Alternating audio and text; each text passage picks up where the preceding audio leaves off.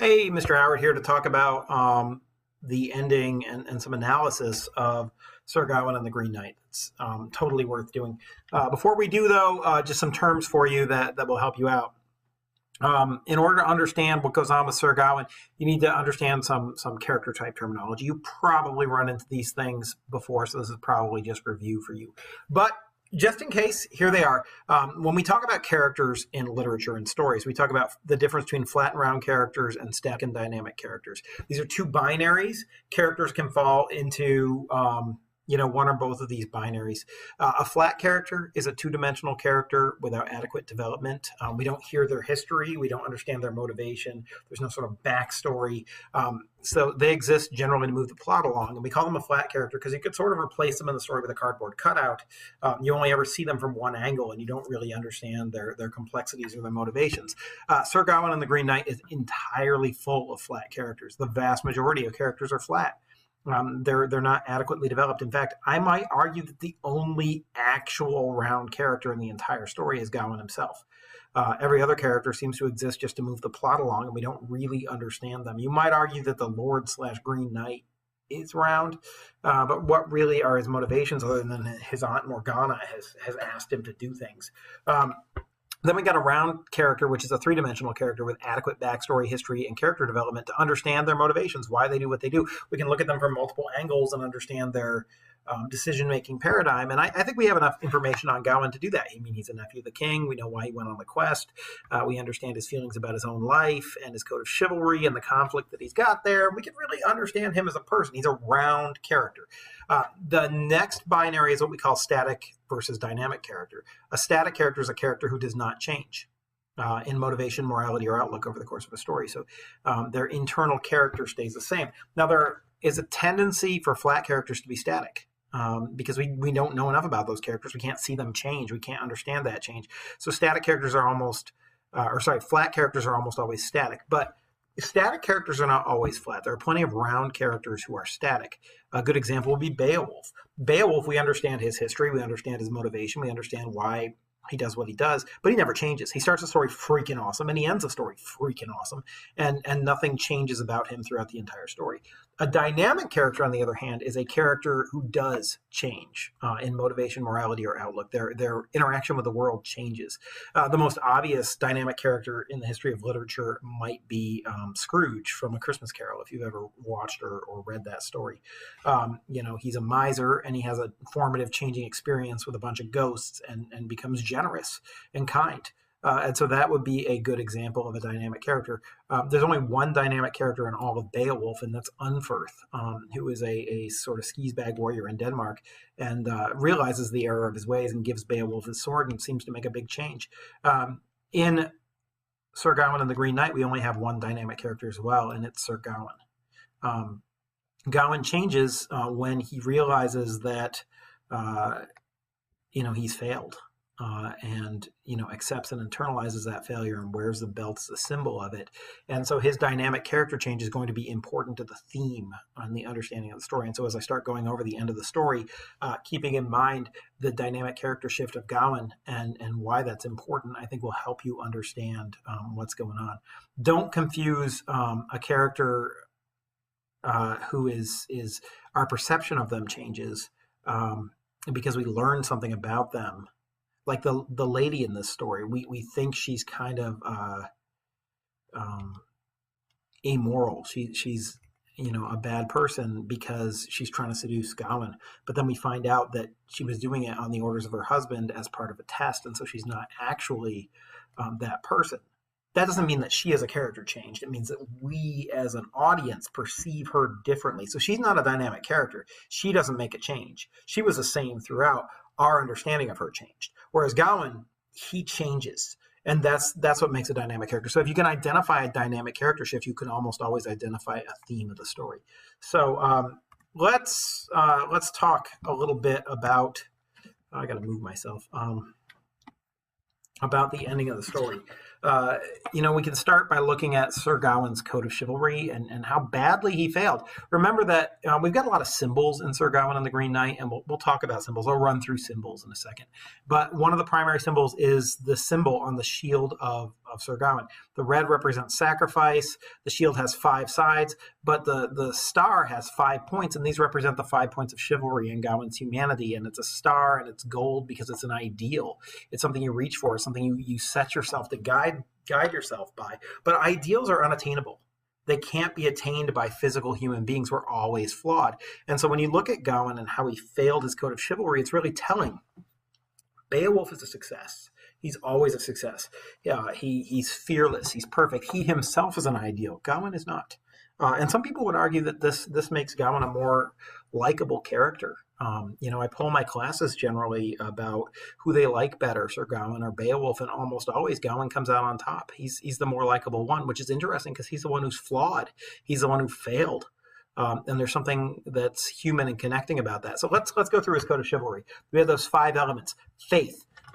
He broke his faith by believing in a belt instead of believing in God. So he's failed his faith. Honor. He broke his word to the Lord trying to save his life. He lies about the game, and he breaks it when he's afraid and to die, and he takes the belt. But he also breaks it when he hides or flinches at the swing of the axe. Courtesy. He rejected the lady and he insults her, and so he broke his courtesy. He's broken 3 of the tenets of chivalry right now. 4th is humility. He broke that one too. He blamed women for his own failure, so you can see that. And purity, I don't know that he ever broke that one. I guess you could argue it back and forth. But here's a man who has failed in every conceivable way. And I think, when you get down to the theme of this story, Gawain's humanity and his failure is front and center. So let's talk about symbols, and then we'll talk about that theme and what the author's trying to say about chivalry and the Code of Chivalry. So there's a number of symbols. The axe, I think, very clearly represents death. It's sort of often compared to a scythe.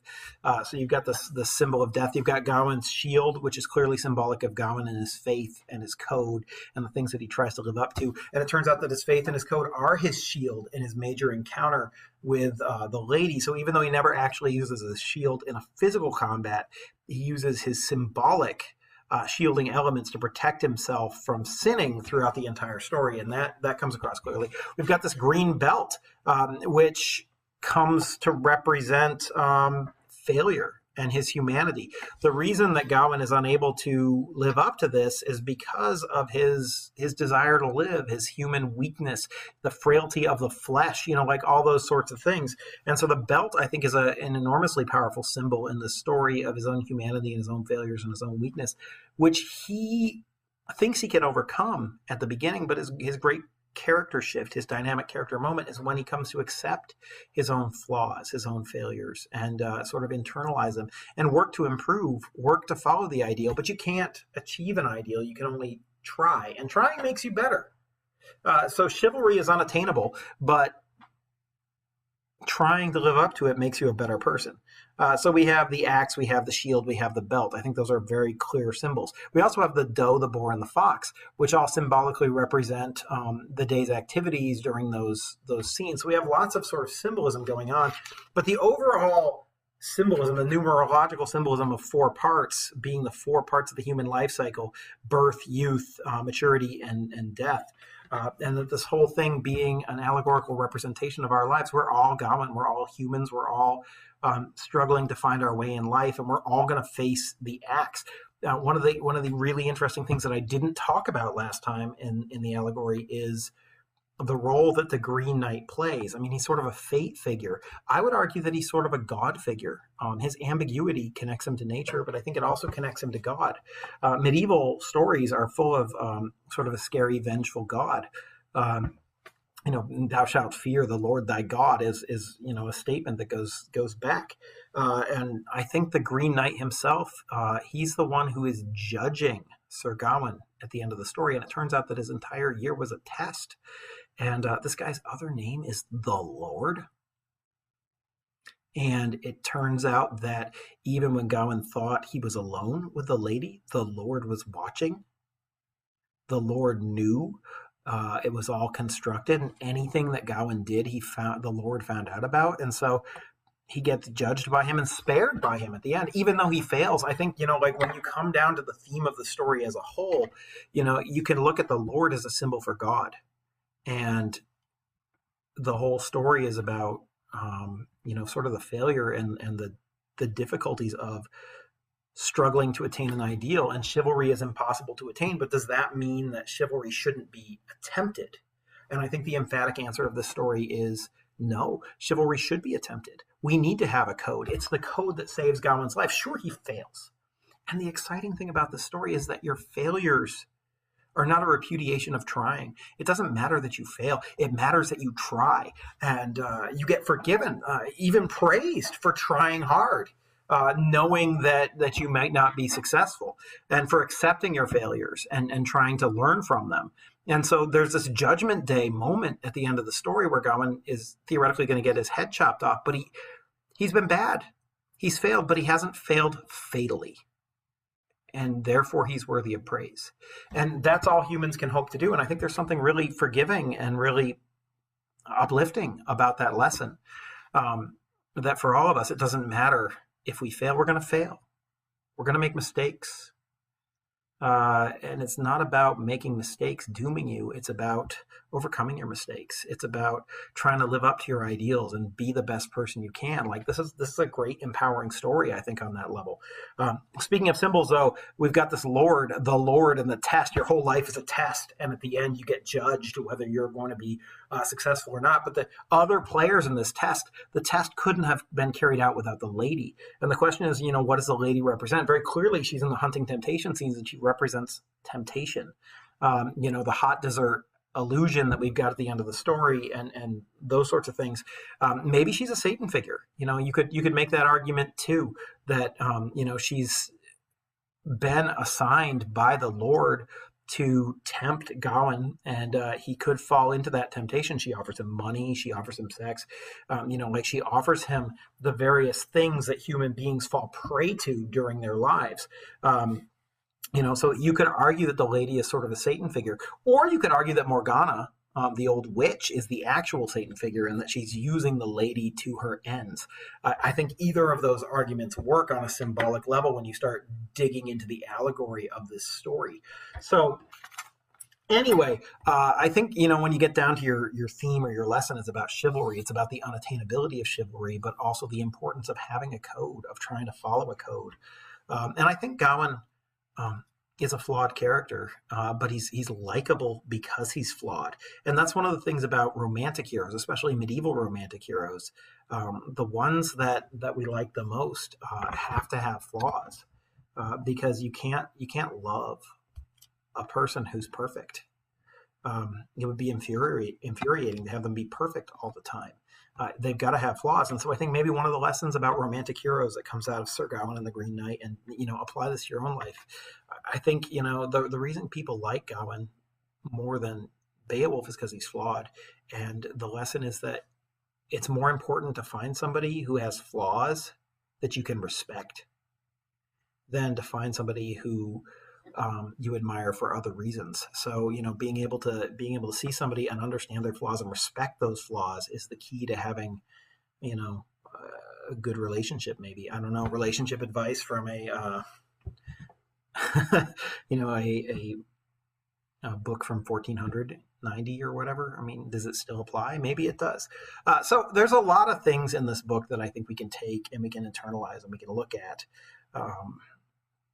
We could go back and reread and look at the particular instances and what's going on, and maybe glean some more information. But I don't want to take up all your time today. I just wanted to do a little bit of analysis and get you thinking about what the story is trying to make you walk away with. And at the end of the day, it's okay. You got to forgive yourself for your mistakes. Internalize them, realize that you made the mistake or you're doomed to repeat it. But forgive yourself for it and move on, and just keep striving for that star. Keep reaching for your ideal. You'll never attain it, but it's not about attaining it. It's about trying to attain it, and that's what makes you worth of value, a pearl to a pea compared to other knights. So I'm going to let that be. We're all flawed, but not fatally so. Thanks.